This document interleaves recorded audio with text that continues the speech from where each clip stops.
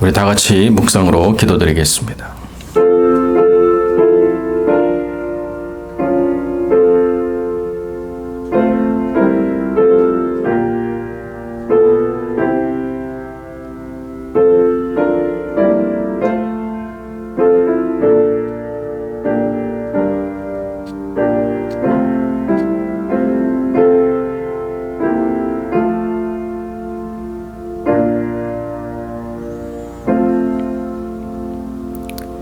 여호와여, 주의 장막에 머무를 자 누구오며 주의 성산에 사는 자 누구오니이까?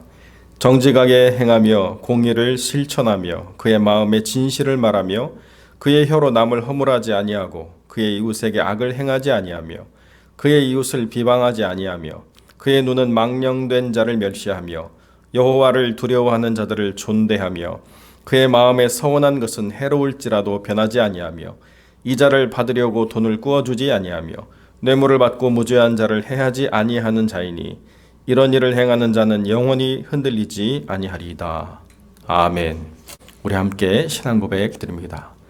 전능하사 천지를 만드신 하나님 아버지를 내가 믿사오며 그 외아들 우리 주 예수 그리스도를 믿사오니 이는 성령으로 잉태하사 동정녀 마리아에게 나시고 본디오 빌라도에게 고난을 받으사 십자가에 못 박혀 죽으시고 장사한 지 사흘 만에 죽은 자 가운데서 다시 살아나시며 하늘에 오르사 전능하신 하나님 우편에 앉아 계시다가 저리로서 산자와 죽은 자를 심판하러 오시리라.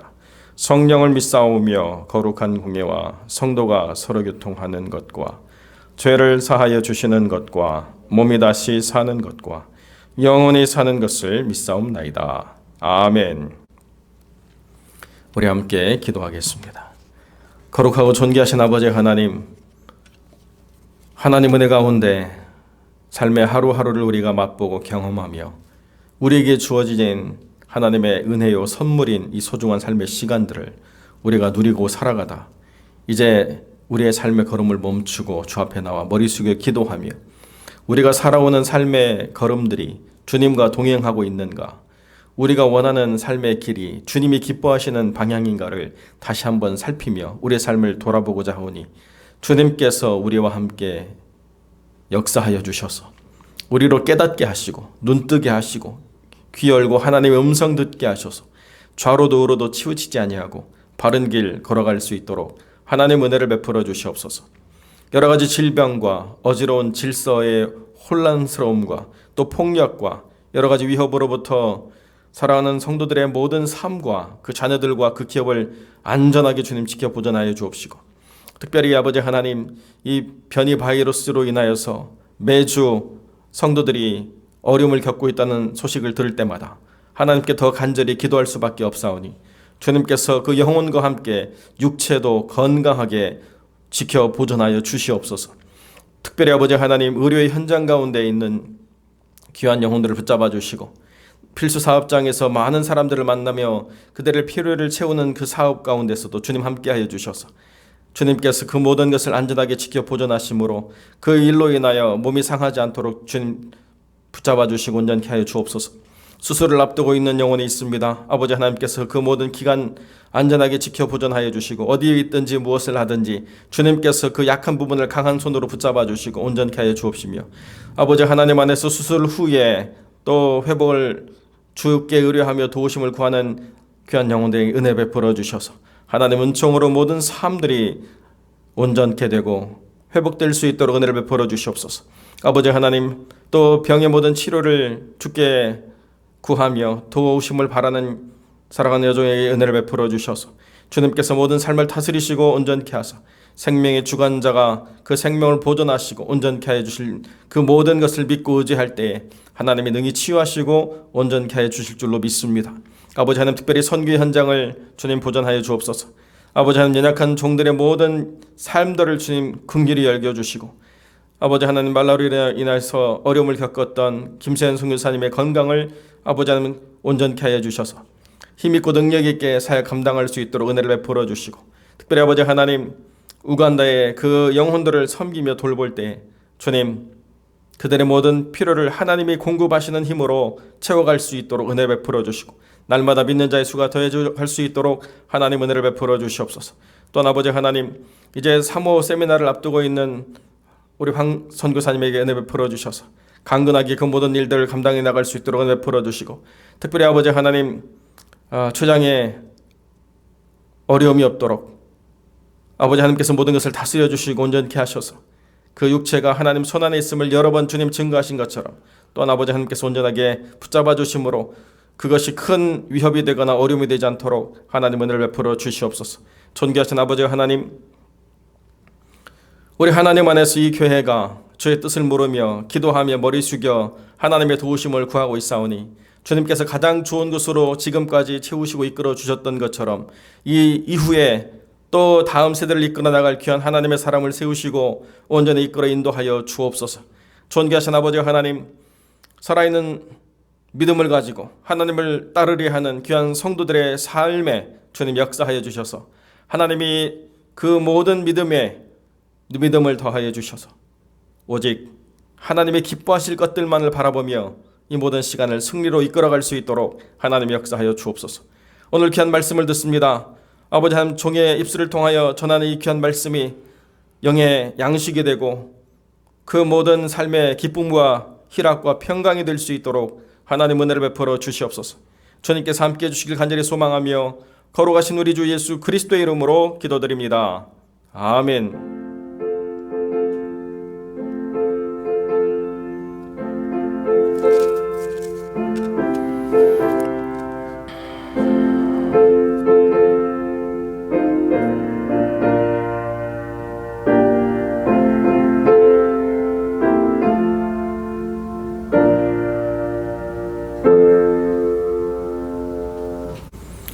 오늘 함께 나눌 하나님의 말씀, 출애굽기 20장 12절로 17절의 말씀입니다. 제가 봉독하겠습니다. 내 부모를 공경하라. 그리하면 내 하나님 여호와가 내게 준 땅에서 내 생명이 길리라. 살인하지 말라. 간음하지 말라. 도둑질하지 말라. 내 이웃에 대하여 거짓 증거하지 말라. 내 이웃의 집을 탐내지 말라. 내 이웃의 아내나 그의 남종이나 그의 여종이나 그의 소나 그의 나귀나 무릇 내 이웃의 소유를 탐내지 말라. 아멘. 이웃사랑에 대하여 라는 제목으로 말씀 증거하시겠습니다.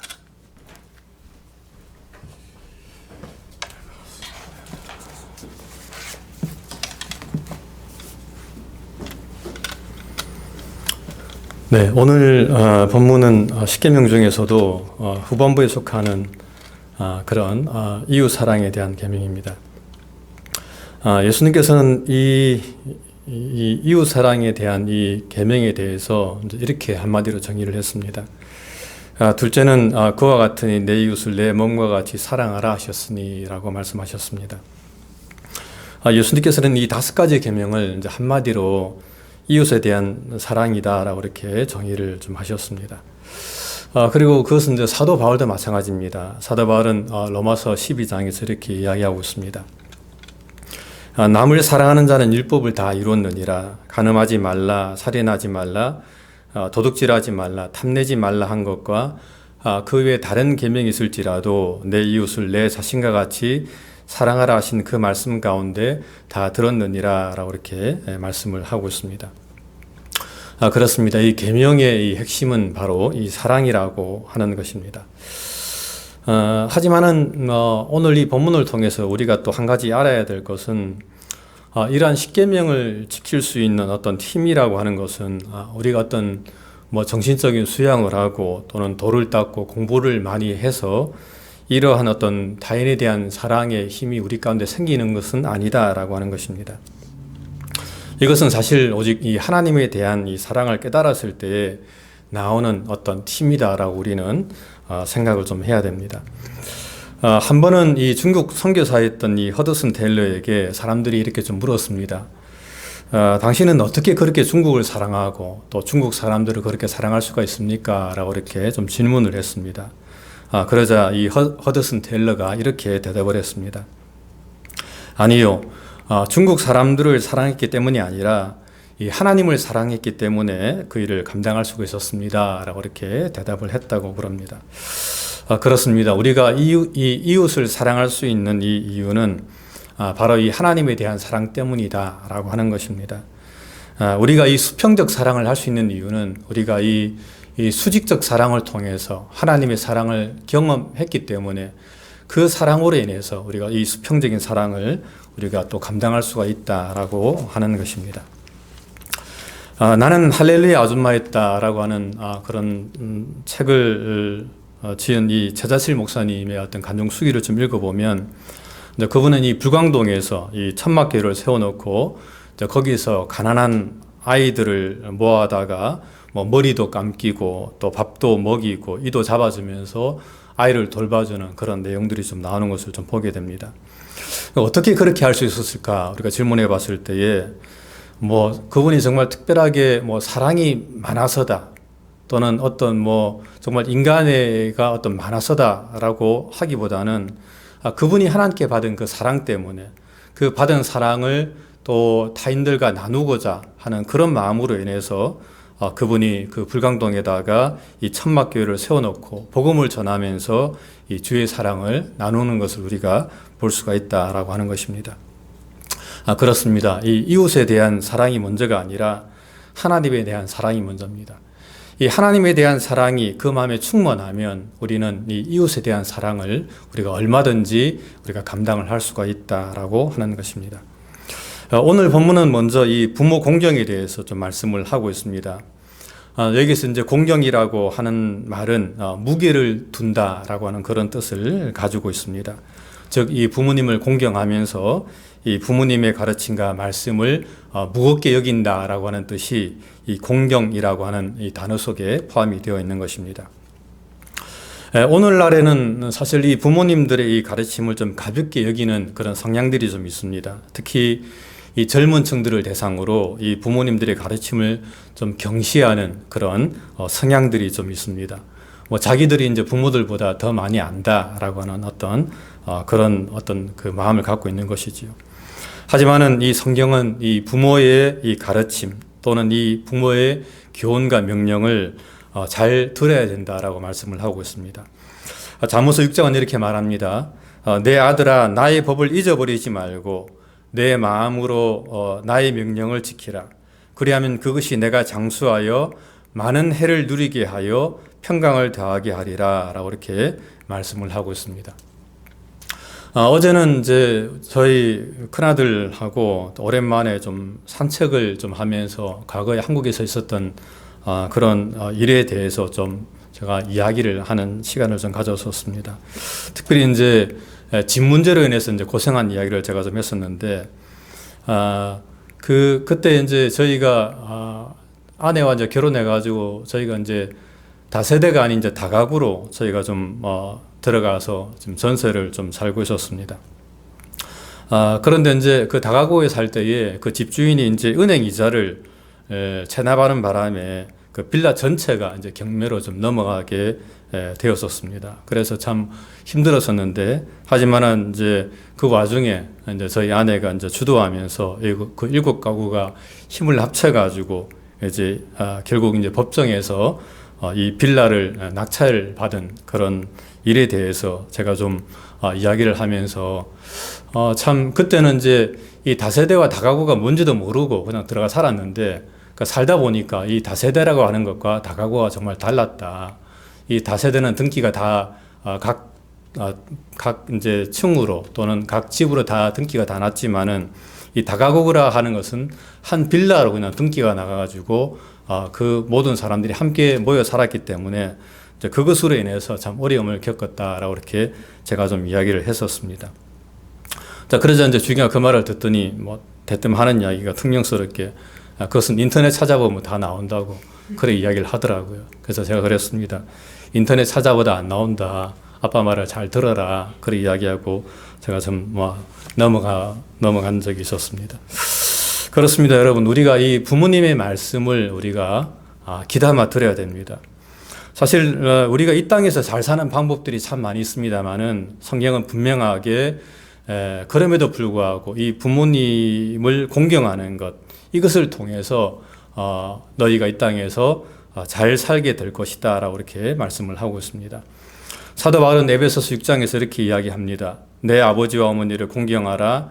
이것이 약속 있는 첫 계명이니 이로써 내가 잘되고 땅에서 장수하리라 라고 이렇게 말씀을 하고 있습니다. 이 부모를 공경하는 것, 이것은 인간관계에서 지켜야 될 첫 번째 계명이다 라고 성경은 말씀을 하고 있습니다. 오늘 본문에서 두 번째는 이제 살인하지 말라라고 이렇게 말씀을 하고 있습니다. 사실 이 타인을 살해한다라고 하는 것은 정말 너무 끔찍한 일입니다. 그것은 결코 일어나서는 안 될 일이라고 우리가 생각을 할 수가 있습니다. 하지만 오늘날에도 참 이 지구상의 많은 곳에서 여전히 많은 이 살인이 이루어지고 있는 것을 좀 보게 됩니다. 그렇다면 여러분들 이 살인이 이루어지는 이유가 무엇일까요? 여기에 대해서 어떤 심리학자는 이런 주장을 좀 하는 것을 제가 좀 보게 되었습니다. 이 살인이라고 하는 것은 이 다른 충동의 부산물이다라고 그렇게 학자가 좀 주장하더라고요. 이 살인이 그 자체가 이 목적이 아니라 이 치열한 경쟁과 이 충동의 이 복합적인 과정에서 발생하는 부산물이다라고 이렇게 주장을 좀 했었습니다. 물론 이 사람을 죽이는 그 살인 자체를 즐기는 이 사이코패스 같은 사람도 있습니다만은 이 대부분의 사람들은 그 살인을 위한 그 살인이 아니라 어떤 경쟁과 또 다른 어떤 복합적인 어떤 감정이 생겨서 그것을 통해서 살인을 저지르게 된다라고 하는 것입니다. 예를 들면은 인류 최초의 살인자였던 이 가인이 이 동생 아벨을 죽인 이유가 무엇인가라고 우리가 좀 생각해 보게 되면 하나님께서 이 자신의 제물을 받지 않고 이 아벨의 제사를 받는 것을 보면서 가인이 순간 이 말할 수 없는 어떤 질투 또 분노 또한 이 경쟁에서 자신이 졌다고 하는 어떤 패배의식 이런 것들이 생기면서 결과적으로 이 아벨을 돌로 쳐서 이 죽이는 것을 우리가 볼 수가 있다라고 하는 것입니다. 그리고 그것은 사울도 마찬가지지요. 그러니까 사람들이 이 사울이 죽인 자는 천천히고 이 다시 죽인 자는 만만이다라고 하는 말을 들으면서 이 사울의 마음속에 질투가 생기면서 그때 이후로 이 다윗을 죽이려고 하는 그런 모습을 보였다라고 성경은 말씀을 하고 있습니다. 그래서 사실 우리가 그 무엇보다도 먼저 우리 마음속에 있는 약한 생각을 제거하는 것이 중요하다라고 성경은 우리에게 말씀을 하고 있습니다. 남을 미워하고 또 시기하고 질투하는 이런 마음부터 우리가 버려야 된다라고 하는 것이지요. 예수님께서는 이 마태복음 5장에서 이렇게 말씀을 하고 있습니다. 옛 사람에게 말한 바 살인치 말라. 누구든지 살인하면 심판을 받게 되리라 하였다는 것을 너희가 들었으나 나는 너희에게 이르노니 형제에게 노하는 자마다 심판을 받게 되고 형제를 대하여 라가라는 자는 공에 잡히게 되고 미련한 놈이라 하는 자는 지옥불에 들어가게 되리라 라고 이렇게 말씀을 하고 있습니다. 다시 말하면 이 살인보다도 그 앞서서 이 살인을 하려고 하는 어떤 동기들, 그러니까 남을 향해서 노하고 또 멍청하다라고 이야기하고 또 미련한 놈이다라고 이렇게 이야기하는 그런 것들도 동일하게 이 타인을 죽이는 어떤 살인의 하나의 방법이다라고 예수님께서는 말씀을 하고 있습니다. 사실 최근에 이제 우리 한국 뉴스를 좀 보게 되면 이 악성 댓글로 인해서 참 많은 사람들이 고통을 받는 것을 좀 보게 됩니다. 이 악성 댓글의 좀 도가 넘어서는 것을 좀 보게 되는데 정말 사람들이 차마 입에도 담지 못할 그런 욕을 상대방에게 좀 하는 것을 좀 보게 됩니다. 그리고 그 악성 댓글로 인해서 많은 사람들이 우울증을 겪고 또 자살 충동을 또 느낀다라고 하는 것을 제가 좀 글을 통해서 보았습니다. 그렇습니다. 우리가 꼭 사람을 칼로 찌르는 것만이 살인이 아니고 우리가 정말 마음에 미움의 감정을 가지고 그 사람을 향해서 욕을 하고 또 노하고 또 어떤 미련한 놈이라고 이렇게 저주를 퍼붓는 것 또한 어떤 하나의 살인의 모습이다라고 하는 것을 우리가 생각하면서 정말 나는 단을 향해서 그렇게 단을 대하고 있지는 않는가 좀 돌아보는 귀한 시간이 되기를 주님의 이름으로 부탁을 드립니다. 세 번째는 이제 간음하지 말라입니다. 1988년 이후 이 크리스찬 투데이라고 하는 이 미국의 한 신문사에서 이 설문지 조사를 좀 한 적이 있었습니다. 이제 그러면서 이제 좀 이런 질문을 좀 했는데, 가늠한 적이 있는가, 혹은 이 성경험을 가진 적이 있는가라는 어떤 질문을 좀 했습니다. 그런데 이 구독자 중에 한 23% 정도가 혼의 성경험을 가진 적이 있고, 또 45% 정도는 자신이 성적으로 옳지 못한 짓을 하고 있다라고 이 설문지에서 좀 기록을 했다고 합니다. 지금이 이제 2022년이니까 약 한 40년 전에 그나마 이 보수적이라고 하는 사람들이 그런 대답을 한 것을 보게 되면, 40년이 지난 지금 이 간음에 대해서 이 사람들이 어떤 생각을 가지고 있는가에 대해서 우리는 말을 하지 않아도 이 불을 보듯 뻔하다라고 우리는 생각을 할 수가 있습니다.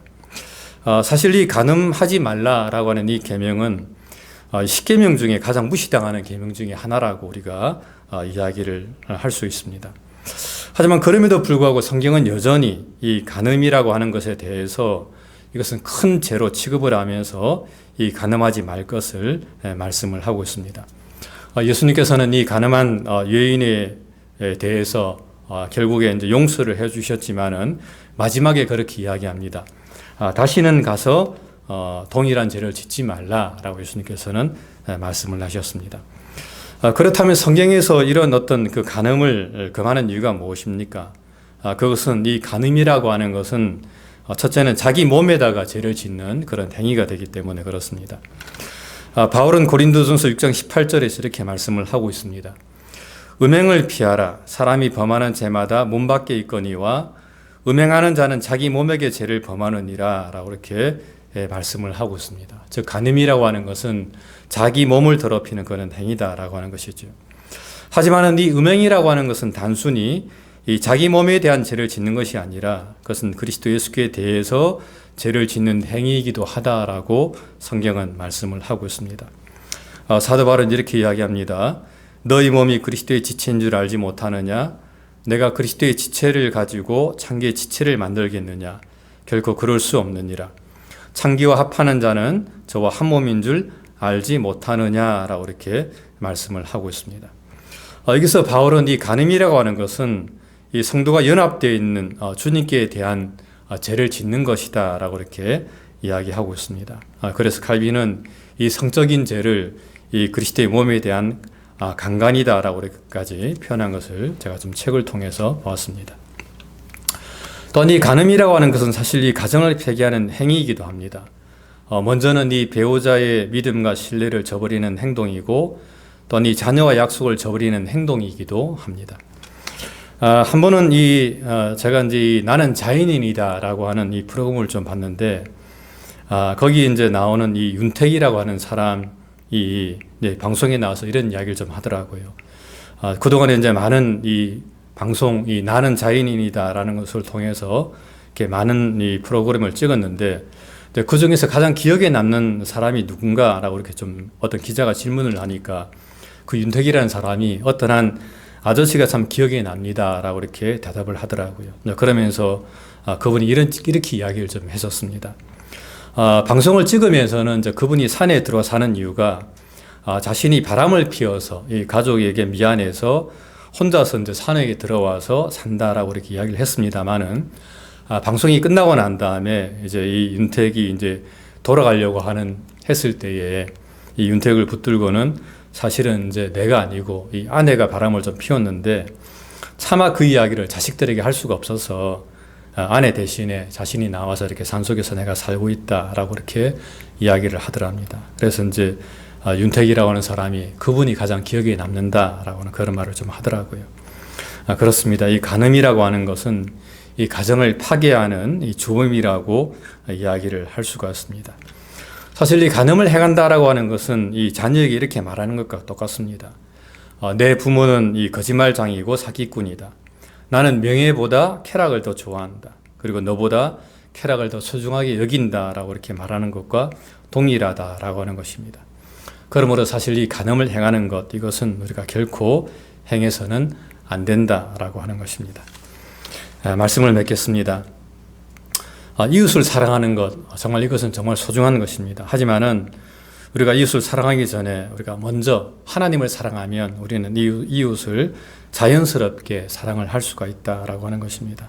그리고 이웃을 사랑하면 우리는 이 계명을 정말 지켜나갈 수가 있습니다. 그럼 우리 하나님의 사랑과 이웃 사랑을 통해서 하나님의 계명들을 이 땅에서 지켜나가는 저의 여러분들이 되시기를 주님의 이름으로 간절히 부탁을 드립니다. 기도하겠습니다. 하나님 감사합니다. 내 부모를 공경하라, 또 살인하지 말라, 또 간음하지 말라라고 하는 이 계명을 통해서 정말 우리가 이 땅에 살면서 어떻게 하나님의 자녀로서 살아야 될 것인가에 대해서 이 말씀을 통해서 교훈받게 주시니 감사합니다. 바라옵기는 하나님, 우리가 이 십계명을 지킴에 있어서 우리 억지로 지키는 것이 아니라 그 하나님의 사랑에 늘 감동되고 그 사랑에 강권되어서 이 계명들을 정말 기쁨으로 지켜나가는 저희의 삶이 될 수 있도록 은총을 베풀어 주시옵소서.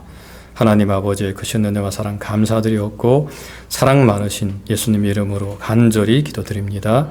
아멘. 주기도문으로 모든 예배 마치겠습니다.